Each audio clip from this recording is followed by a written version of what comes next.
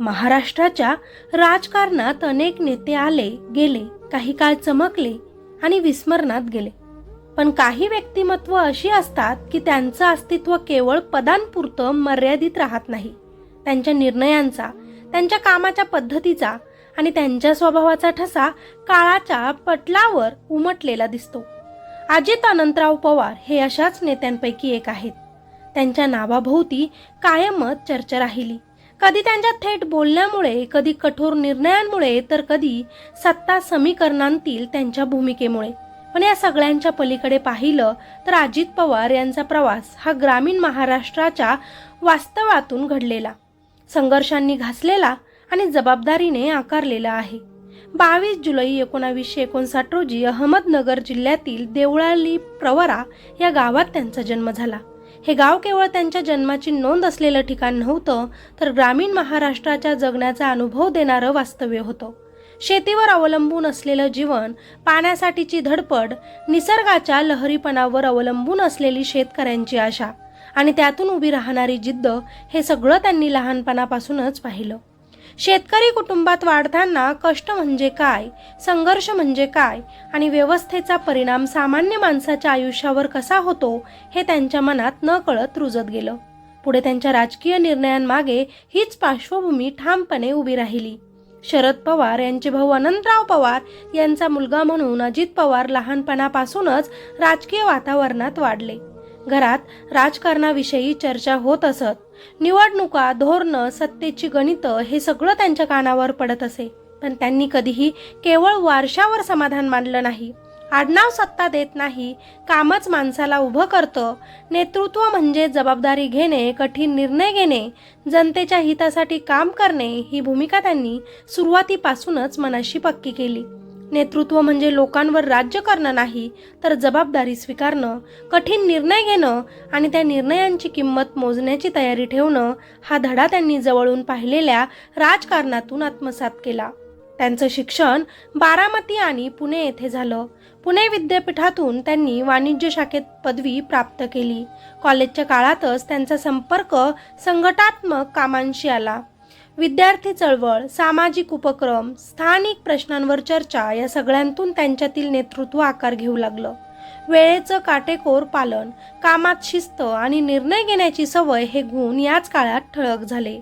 त्यांना नेहमीच वाटायचं की राजकारणात केवळ बोलून चालत नाही, तर कामांतून विश्वास निर्माण करावा लागतो. 1991 मध्ये बारामती विधानसभा मतदारसंघातून त्यांनी पहिल्यांदाच निवडणूक जिंकली. हा विजय केवळ आकड्यांचा नव्हता, तर जनतेच्या विश्वासाचा होता.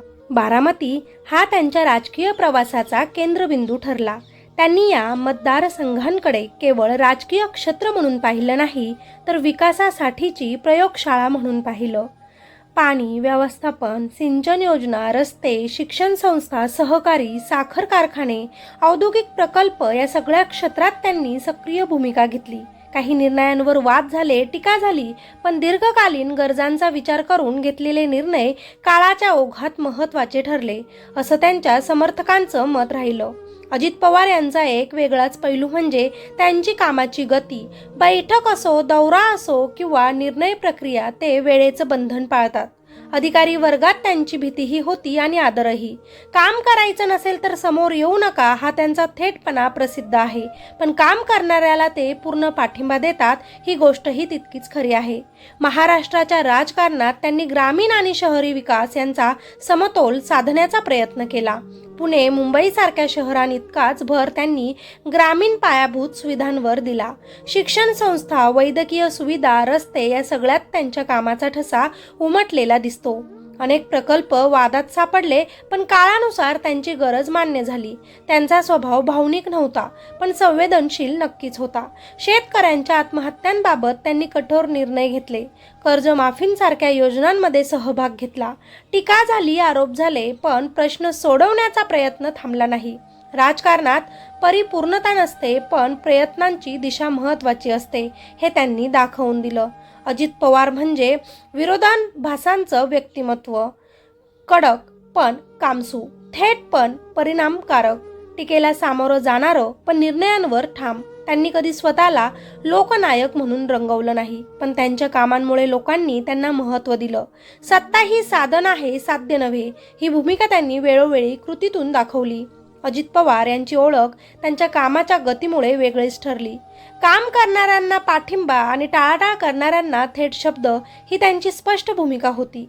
त्यांचा थेटपणा अनेकदा गैरसमजाचा विषय ठरला, पण प्रशासन चालवताना परिणामकारकतेला त्यांनी प्राधान्य दिलं. राज्य सरकारमध्ये त्यांनी अनेक महत्त्वाची खाती सांभाळली. वित्त, जलसंपदा, नियोजन, ऊर्जा, गृह. उपमुख्यमंत्री म्हणून त्यांची ओळख निर्णयक्षम आणि काटेकोर नेतृत्वाची राहिली.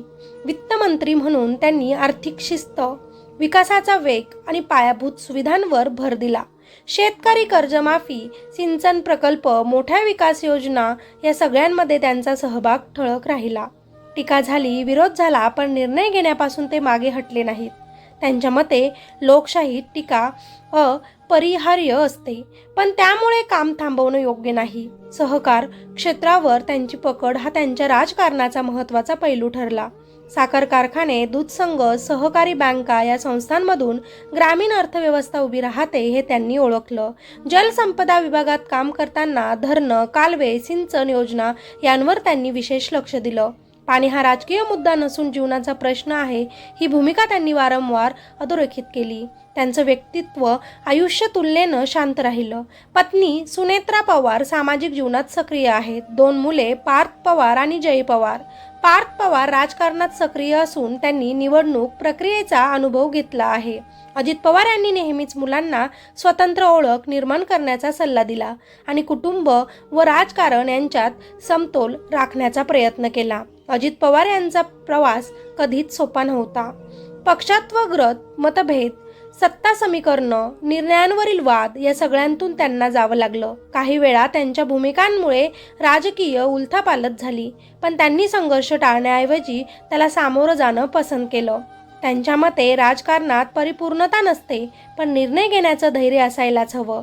त्यांच्यासाठी नेतृत्व म्हणजे लोकप्रियतेचा पाठलाग नव्हता. नेतृत्व म्हणजे कठीण प्रश्नांना सामोरं जाणं, जबाबदारी स्वीकारणं आणि निर्णयांची किंमत मोजण्याची तयारी ठेवणं. सत्ता ही साधन आहे, साध्य नाही, ही भूमिका त्यांनी अनेक वेळा कृतीतून दाखवली. काही निर्णय त्या क्षणी कठोर वाटले असतील, पण त्यामागे राज्याचा व्यापक विचार होता.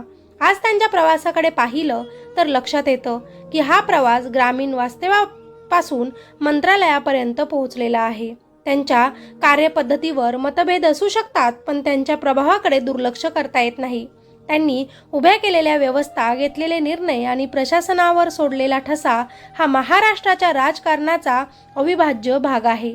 सत्ता येते जाते, पदं बदलतात, पण सार्वजनिक जीवनात घेतलेले निर्णय दीर्घकाळ परिणाम करत राहतात. आणि म्हणूनच अजित पवार हे केवळ एक राजकारणी नाहीत, तर महाराष्ट्राच्या बदलत्या राजकारणाचा एक महत्त्वाचा प्रवास आहे.